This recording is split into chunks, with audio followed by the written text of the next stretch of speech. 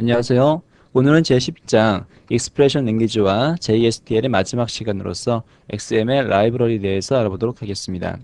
자, XML 라이브러리라는 것은 XML 문서를 파싱하고요. XML 문서의 내용을 추출하고 그 내용을 변환시켜주기 위해서 사용하는 태그 라이브러리를 얘기를 합니다.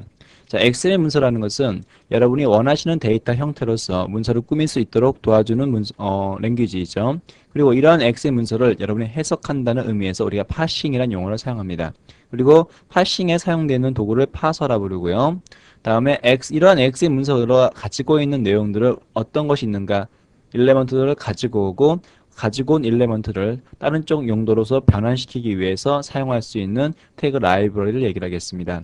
여러분이 이러한 XML 문서를요, JSP에서 파싱하고 사용하기 위한 이러한 라이브러리를 사용하기 위해서는요, 엑스패스를 사용하셔야 되는데, 이러한 엑스패스라는 것은 XML 문서가 가지고 있는 다양한 일레먼트, 하위 일레먼트 또는 속성 같은 그러한 데이터를 접근하기 위한 경로 사용법을 얘기하겠습니다. 자, 우리가 사용할 수 있는 XML 라이브러리의 종류는요, 아웃 태그, 파서 태그, 리무브, 셋이란 태그요.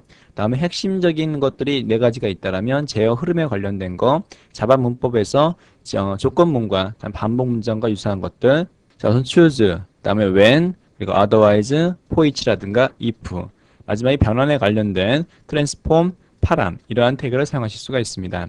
제 첫 번째 문서를 파싱할 수 있는 파서라는 태그에 대해서 알아보도록 하겠습니다. 자, 조금 전에 얘기했듯이 파싱이라는 것은 어떠한 문서를 우리가 해석해 주는 것을 파싱이라 하고요. 그런 파싱에 관계되어 있는 도구, 그런 것들을 파서라 부릅니다. 즉, 파서라고 되어 있는 태그는요, 우리가 가지고 있는 XML 문서를 원하시는 형태로서 해석해 줄 때 사용할 수 있는 태그로서 태그가 있는 경우, 다음에 태그 내용이 파라미터를 가지고 있는 경우, 없는 경우, 이렇게 두 가지로 나눠보실 수가 있을 겁니다. 자, 먼저 파설한 태그는요, XML이라는 속성을 가질 수가 있는데요. 이 XML 속성에 여러분이 변환시키고자 하는 XML의 문서를 작성하시면 되겠습니다. 즉 문서의 소스라 보시면 되겠습니다. 두 번째, 바라고 되어 있는 속성 값은요, 변환된, 즉 파싱된 문서를 저장하기 위한 변수고요. 다음에 스코프라는 것은 다른 것들과 마찬가지로 페이지, 리퀘스트 세션, 어플리케이션 이런 것들은 이 변환된 XML 객체가 살아있을 라이프 사이클을 얘기를 하겠습니다. 자, 시스템 ID라는 것은요, XML 문서를 파싱하기 위한 고유한 URI가 되고요. 다음에 그 아래쪽에 있는 필터라는 것은요, 우리가 다른 쪽 용도로서 변환을 시키고자 할 때 사용할 수 있는 필터를 얘기하겠습니다. 태그 내용이 파라미터를 가지고 있는 경우에는요. 자, 여기 X자 좀 생략이 되어 있는데 XML 문서 소스를 사용하실 수가 있고요. 위쪽에 있는 것과 마찬가지로 바 또는 스코프 또는 바돔, 스코프 돔 같은 것들을 이용하실 수가 있는데 바돔이라는 것은 파싱된 문서를 전환시켜주는 이 위쪽의 바와 똑같은 역할을 해주고요. 스코프 돔이라는 것도 역시 마찬가지로 위에 써 있겠던 스코프랑 같은 역할을 해준다 보시면 되겠습니다. 그리고 태그 안쪽에 내용물로서 우리가 변환시키고자 하는 문서를 작성해 주시면 되겠습니다. 두 번째, 아웃이란 태그를 보시게 되면요. 이 아웃이란 태그는 엑스패스식을 이용을 해서 여러분들이 XML 문서를 평가를 하고 결과를 출력하기 위해서 사용할 수 있는 태그입니다.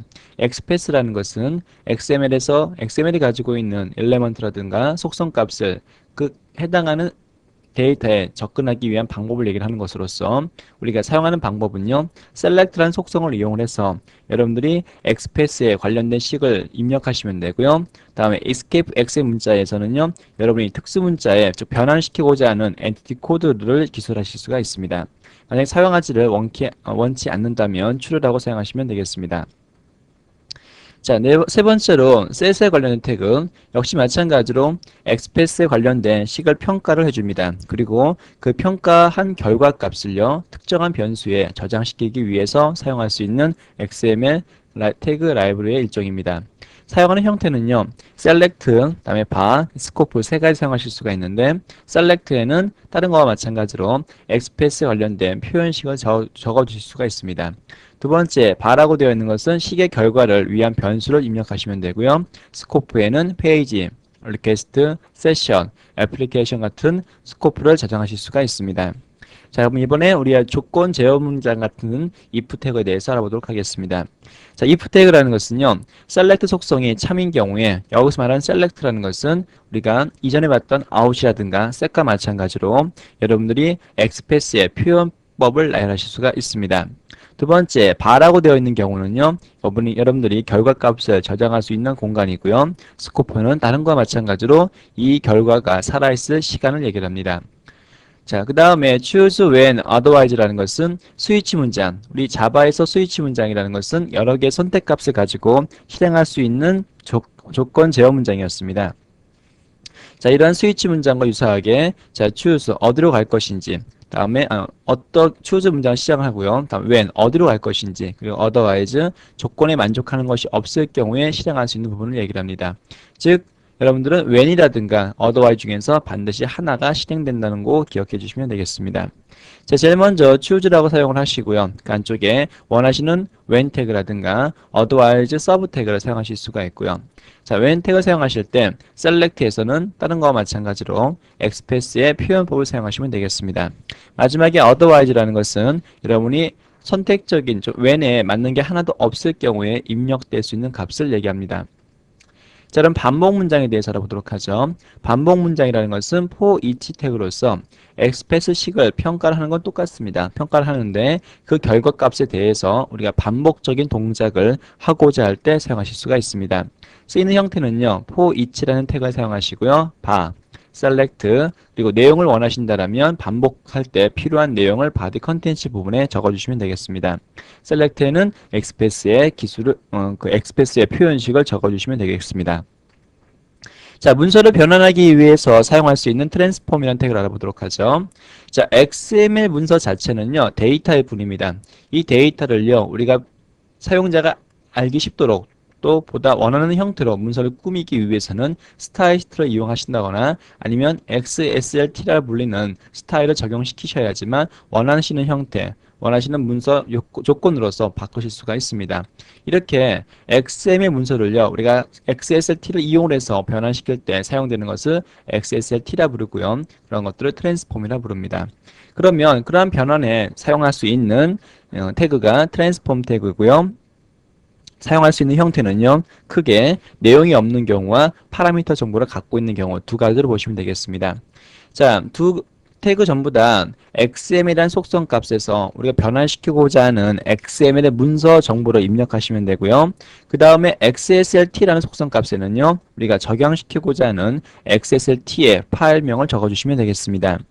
자, 그 다음에 XML 시스템 ID라는 것은 XML 문서에 대한 시스템 ID이고요. XSLT라는 것은 XSLT 시스템 ID라는 것은 XSLT의 시스템 ID. 그리고 bar라는 것은 변환된 XML 문서를 저장하기 위한 변수. scope라는 것은 scope 범위. 마지막에 result라는 것은요, 변환된 결과가 어떻게 처리되어야 하는지를 지정하는 객체를 얘기를 하겠습니다. 아래쪽에 있는 파라미터를 갖고 있는 태그 역시 마찬가지 형태로 사용하시면 되고요. 한 가지 틀린 점이 있다면 제일 마지막에 파람 태그를 이용을 해서 여러분 전달시키고자 하는 매개 변수를 추가로 전달할 수 있다는 게 차이점입니다. 자, 그러면 트랜스퍼 그 다음에 자, 우리가 태그의 내용에 XML 문서 내용과 파라미터 정보를 모두 갖고 있는 경우도 있을 수 있는데 조금 전에 봤던 거 마찬가지로 XML 문서에 관련된 거, XSLT 관련된 거, 다음에 시스템 아이디에 관련된 거, 그리고 나서 XML 문서가 가져야 될 파라미터 값을 여러분이 전달할 수 있는 것을 얘기를 합니다. 자, 마지막으로 파람 태그에 대해서 알아보도록 하겠습니다. 파라미터 값을 전달하기 위해서 우리가 이 이전에 SQL 라이브러리 같은 경우에서도 파람 태그를 사용해 봤었는데요. 여러분들이 파람 태그를 이용하시게 되면 호출하고자 하는 페이지 아니면 이동하고자 하는 페이지에 여러분이 원하시는 파라미터 값을 전달하실 수가 있습니다.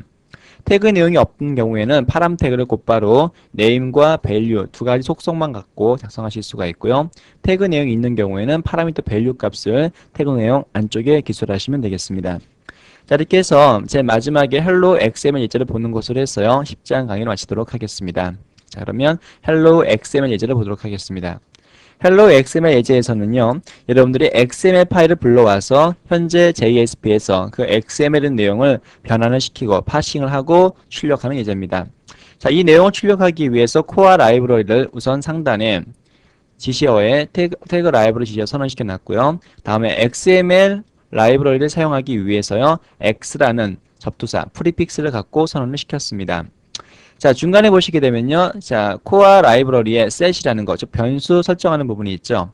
변수에 xml이라는 변수에 뭐라고 등록을 시켰냐면, 자, greeting 안녕하세요라는 값을 가지고 있습니다. 이렇게 요 세 줄 보이시죠? 이 세 줄로 이런 세 줄과 같이 구성되어 있는 데이터가 우리가 말하는 XML 형태의 데이터입니다. 본 예제에서는요, 외부에 있는 파일을 로딩한 것이 아니라 하나의 JS 페이지에서 직접 XML에 필요한 문서 내용을 선언을 시켜서 XML이라는 이 변수에 저장을 시키고 있는 예제입니다. 그러면 이 XML에 해당하는 값을 우리가 변환을 시켜서 화면에 출력하기 위해서 아래쪽에 XML 태그를 이용하고 있습니다. 제일 먼저 parse란 태그는요, 여러분들이 변환시키고자 하는 값을 호출할 수가 있는데요. 우선 자, p라는 변수에 저장을 시킬 겁니다. 어떤 내용을 저장시킬 것이냐면 XML. 우리가 조금 전에 만들어놨던 변수 XML 내용이 있죠. 그 내용을 불러와서 저에게 expression language를 이용해서 직접 출력하고 있죠.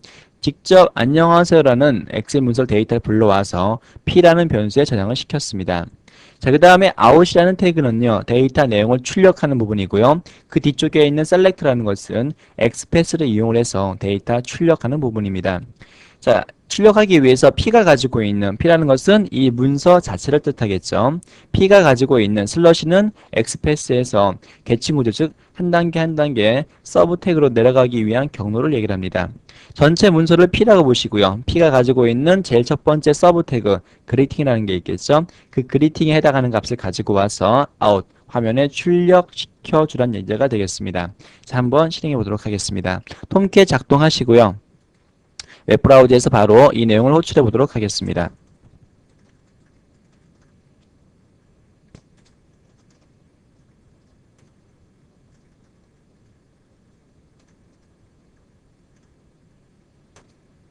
자, 그러면 앞에 보이시는 결과물에서는요, 안녕하세요라는 글자는요, JSP 문장 자체가 갖고 있는 내용이 아니었죠. 자, 다시 볼까요? JSP에 안녕하세요라는 글자 자체를 갖고 있는 것이 아니라 XML이 가지고 있는 데이터를 자, XML 라이브러리를 이용해서 파싱하신 다음에 그 결과값을 출력한 부분이 되겠죠. 자, 우리가 소스를 보신다 하더라도요. 이 내용은 일반적인 태그에 작성하신 내용과 똑같이 보이게끔 되어 있고요. 하나 기억하실 것은 이 글자는 여러분들이 직접 입력한 글자가 아니라 XML에 저장되어 있는 글자를 파싱해서 결과를 출력한 거라 보시면 되겠습니다. 자, 그럼 우리가 예제를 조금 변경시켜 보도록 할게요. 자, XML 데이터에 greeting이라는 하나의 부모 일레먼트의 자식 일레먼트로서 제가 name이라고 하나 등록을 하겠습니다. 거기에 데이터로서 여러분의 이름을 적도록 하시고요. 이렇게 클로즈 태그로 마감을 하겠습니다. 다음에 그리팅이 가지고 있는 name이라는 값을 우리가 출력시켜 보기 위해서 다음 줄에 x.out 자, select xpath 경로를요. 이번에는요. 자, 달러 하시고 전체 문서 p였죠. p가 가지고 있는 greeting이라는 엘레먼트, 자식 엘레먼트의 name이 있죠. name까지 입력하시게 되면 자, 이제 이성이라는 글자 값을 웹브라우저에 출력을 해줄 것입니다. 자, 이성이라는 데이터를 출력하게끔 되어 있죠. 자, 이렇게 해서 여러분들이 제10장에서 expression language와 그다음에 JST를 이용한 태그 라이브러리의 사용법까지 봤습니다. 여러분들이 태그 라이브러리 사용하시게 되면 보다 깔끔하게 JS 문서를 꾸밀 수가 있고요. 자바 코드를 사용하지 않을 수가 있기 때문에 편리하게 JS 문서를 사용하실 수가 있을 것입니다. 다음 시간에는요. 11장에서 지금까지 얘기했던 expression language와 JST를 이용을 해서 간단하게 데이터베이스 접속을 해서 사용하는 예제에 대해서 알아보도록 하겠습니다. 수고하셨습니다.